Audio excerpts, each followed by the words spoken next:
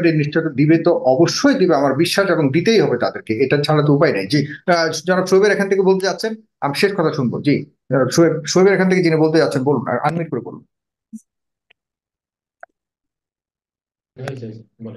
বলুন। জি, আসসালামু আলাইকুম।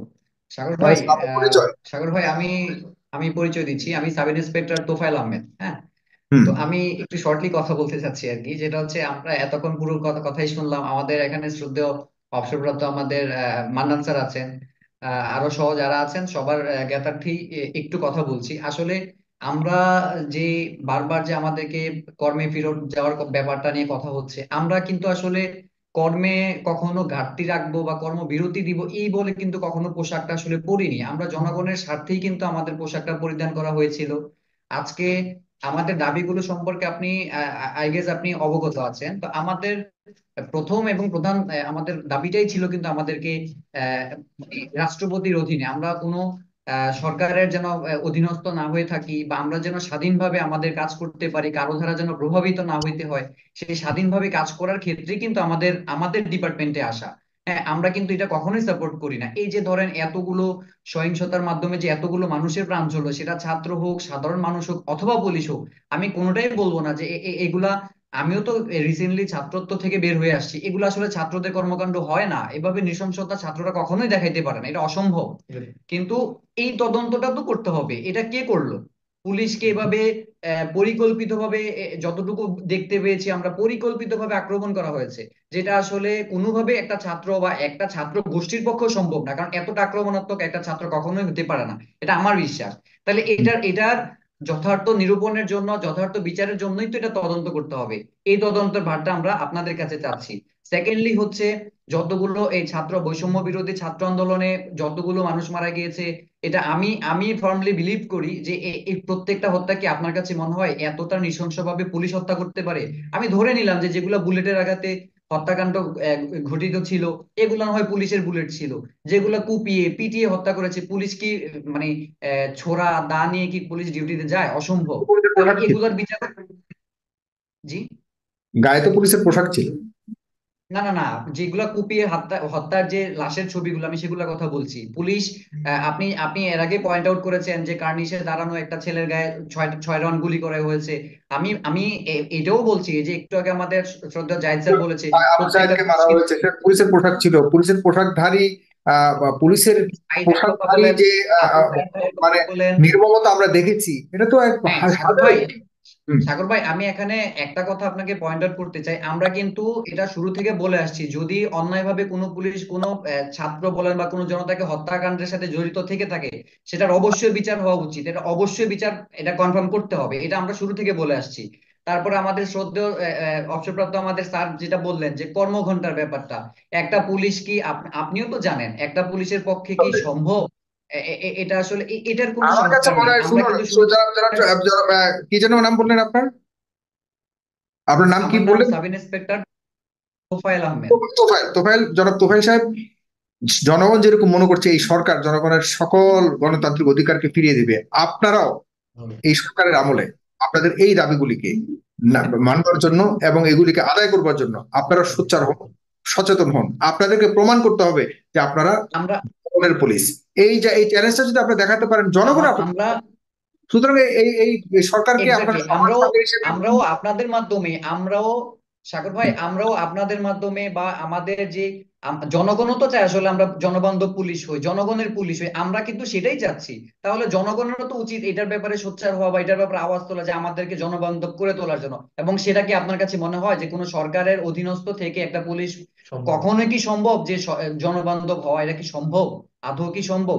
আমাদের দাবিটাও কিন্তু এটাই যে আমাদেরকে আসতেই হবে কিন্তু জনগণের সাথে সম্পৃক্ত করেন, আমাদেরকে জনগণের জন্য কাজ করার সুযোগ করে দেন। সেই কর্ম পরিবেশ, সেই সেই নিরাপত্তা। আমরা যে আজকে আমাদের লজ্জা হয় যে আমরা যেখানে জনগণের নিরাপত্তার জন্য আমাদেরকে নিয়োজিত করা হয়, সে জায়গায় রাইট। আজকে আমরাই আমাদের জীবনের নিরাপত্তাহীনতায় ভুগতেছি। এই এই যে এই পরিস্থিতিটা পরিস্থিতি আমরা আসলো, চাইনি। এটা কি আপনাদেরকে লজ্জা দেয় না? এই পরিস্থিতিতে হ্যাঁ, আজকে সেটাই আজকে বলছি। আসলো। হ্যাঁ। এটা আমরা এটা চাচ্ছি না বলে, আমরা তো চাচ্ছি জনগণের জন্য জনগণের হয়ে কাজ করতে। পুলিশ তো জনগণের বন্ধুই ছিল। এবং এখন পর্যন্ত আমরা ফার্মলি বিলিভ করি যে মাত্র হাতে গোনা কয়েকজন করাপ্টেড অফিসার বা যারাই হোক সরকার দ্বারা প্রভাবিত ছিল, আপনি একটা জিনিস চিন্তা করেন, আজকে সরকার বিলুপ্ত হয়েছে, যদি অফিসার গুলো যদি করাপ্টেড না থাকতো বা তাদের দ্বারা প্রভাবিত না থাকতো, তারা কেন গা ঢাকা দিল? এই প্রশ্ন আপনাদের মধ্যে আসে নাই? তাদের তো তখন ফেস করার কথা। আমরা তো ভেগে যাই নাই, কারণ আমরা তো কারো দ্বারা প্রভাবিত হইতেই চাই নাই। তাহলে সেই জায়গা আর থেকে আপনাদেরও উচিত আমাদের পক্ষে, আমাদেরকে জনবান্ধব করার জন্য আপনাদেরকে স্টেপ নেওয়া উচিত। আপনারাও স্টেপ নেন। আমরা তো কর্মবিরতিতে আমরা ইচ্ছা করে আসিনি, আমরা চাচ্ছি আমাদের কর্মপরিবেশ, আমরা চাচ্ছি আমাদের আমাদের নিরাপত্তা, আমাদের জনগণের নিরাপত্তা, আমাদের পরিবারের নিরাপত্তা। এবং লাস্টলি এবং ফার্স্টলি আমরা এটাই চাই যে আমাদেরকে জনগণের জন্য করার জন্য যতটুকু যা করার সরকারের কাছে আমরা আমাদের মতো করে আমরা প্রেজেন্ট করছি, আপনারাও আমাদের হয়ে সেটা জনগণ তো সেটা হিসেবে। চলতেই থাকবে, সে আলোচনা চলতে থাকবে, ফেজ দ্য পিপলে এই আলোচনা চলতে থাকবে যতদিন পর্যন্ত আপনাদেরকে কোনো ধরনের কোনো অধিকার থেকে বঞ্চিত করলে আমরা কথা বলবো, অবশ্যই কথা বলবো। তবে আপাতত যেটা ইম্পর্টেন্ট সেটা হলো আপনারা কর্মস্থলে যাওয়ার জন্য প্রস্তুত রয়েছেন মানসিকভাবে শারীরিকভাবে, এই তো এতটুকু তো জানতে পারি বাবু। আমরা মানসিকভাবে থ্যাংক ইউ, শারীরিকভাবে অবশ্যই প্রস্তুত আছি, আমাদেরকে থ্যাংক সে ইউ সো মাচ, পরিবেশ থ্যাংক দিয়ে ইউ দেন, সো আমরা মাচ। অবশ্যই কর্ম জয়েন করবো। সম্রাট, জি, একদম থ্যাংক দুই ইউ। মিনিটে, 2 মিনিটে আপনার কথা বলবেন, এরপর আপনি মাহমুদ কাছে গিয়ে শেষ করবো। ইসমাইল সম্রাট। দেখেন, আমি সবার কথাই শুনেছি, আমি শুধু একটা কথা বলবো যে এখন আমাদের যেই সমস্যাটা হয়েছে বাংলাদেশে, এটা একক কোনো গোষ্ঠীর বা একক কোনো ব্যক্তি। জিল্লুর রহমান রয়েছেন, জনাব আব্দুল মান্নান রয়েছেন, তো এরকম সিনিয়র যারা আছেন তারা তো আপনাদের পক্ষেই আছেন, এবং আপনাদের পক্ষে বলতে কোনটা হ্যাঁ যে আপনি কাজ সাগর ভাই, করতে। আমরা আমরা এই এই এই কনভারসেশনটা দীর্ঘায়িত না করি, আমি লাস্ট 1 মিনিট কি 2 মিনিট একটু কথা বলি, লাস্ট শেষ করে দিচ্ছি আর কি। এক মিনিট, এক সেটা মিনিট, এক মিনিট প্লিজ। হ্যাঁ, হ্যাঁ, শিওর শিওর শিওর শিওর। আপনি আপনার কথার সাথে আমি একমত পোষণ করে বলছি। আমাদের আমাদের যে আইজি, নবনিযুক্ত আইজিপি স্যার আমাদের গতকালকে এসেছিলেন, উনি যথেষ্ট পোলাইটলি এবং যথেষ্ট ইগারলি আমাদের সাথে বসেছেন, এবং তিনি আমাদেরকে আশ্বস্ত করেছেন আমাদের যে দাবিগুলো আমরা তার কাছে উপস্থাপন করেছি, এবং সে আমাদেরকে এতটুকু আশ্বস্ত করেছেন যে আমাদের হেডকোয়ার্টার্স কর্তৃক যতটুকু যেটা আমাদের সাপোর্ট করা যায় বা যেটা আমাদের হেডকোয়ার্টার কর্তৃক করতে হবে, সেটা উনি মানে যত early possible, as early S possible উনি এটা করে দিবে।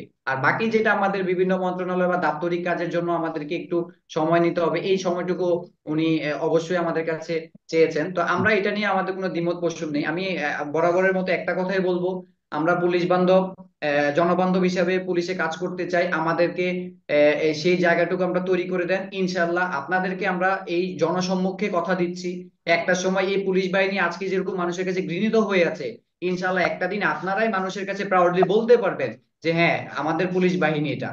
এটা আমি আপনাকে কথা দিচ্ছি। সেটাই আমি চাই, আমি সেটাই চাই। আমি আপনাদের কাছে, আমি দ্যাটস কল। আপনাদের কাছে একদম করজোড়ে মিনতি করি, আপনারাও আমাদের সাথে আওয়াজ তুলুন, আমাদেরকে জনবান্ধব হিসেবে করে তোলার জন্য।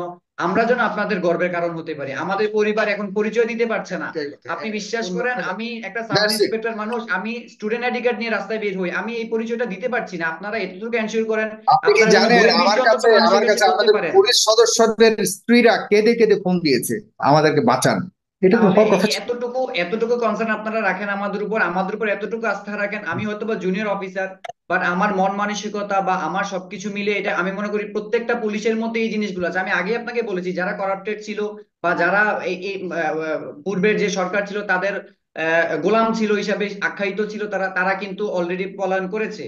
হ্যাঁ, এবং ওই যে ইসমাইল সম্রাট ভাইও আমাদেরকে এটা বলেছে যে যারা করাপ্টেড ছিল না বা যারা অন্যায় কাজ করেনি, জনগণের সাথে যারা যারা রয়ে বেইমানি গেছে করেনি, তারা তাদেরকে কিন্তু খুঁজে ভয় খুঁজে নেই। বের করুন। দেশকে ভালোবাসুন। যারা তোফাইল, কথা অনেক বলার আছে আপনাদের নিয়ে, আপনারা আরো বলবো। আপনাদের মধ্য থেকে ফেস দ্য একটি পিপল, লিস্ট ফেস তৈরি দ্য পিপল করুন। সবসময় সবসময় এইসব ক্রান্তিকাল, এইসব সংকট নিয়ে কথা বলো, আরো বলবো। আপনারা বলবেন, আপনাদের জন্য সবসময় আছি।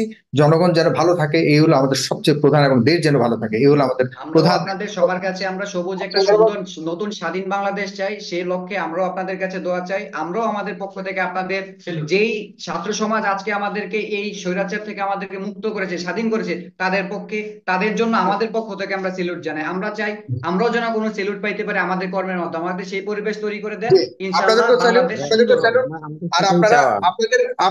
আপনাদেরকে প্রমাণ করতে হবে কর্মকাণ্ড দিয়ে। আপনাদের কথা ইনশাআল্লাহ ইনশাল্লাহ, ইনশাআল্লাহ। ইনশাল্লাহ, আপনারা ইনশাল্লাহ। আমাদেরকে থ্যাংক ইউ সো পরিবেশ মাচ। দেন, আমরা আপনাদেরকে কর্মকাণ্ড দেব, এটা আমরা আপনার কাছে কমিট করছি। Thank you so much. আশা করি আজকের থ্যাংক অনুষ্ঠানে সবার ভালো লেগেছে। আমি মনে করি যে একটা বড় ধরনের সংকট কেটে যাবে খুব শীঘ্রই। ভালো থাকবেন সবাই, সুস্থ থাকবেন। শুভরাত্রি। আসসালাম।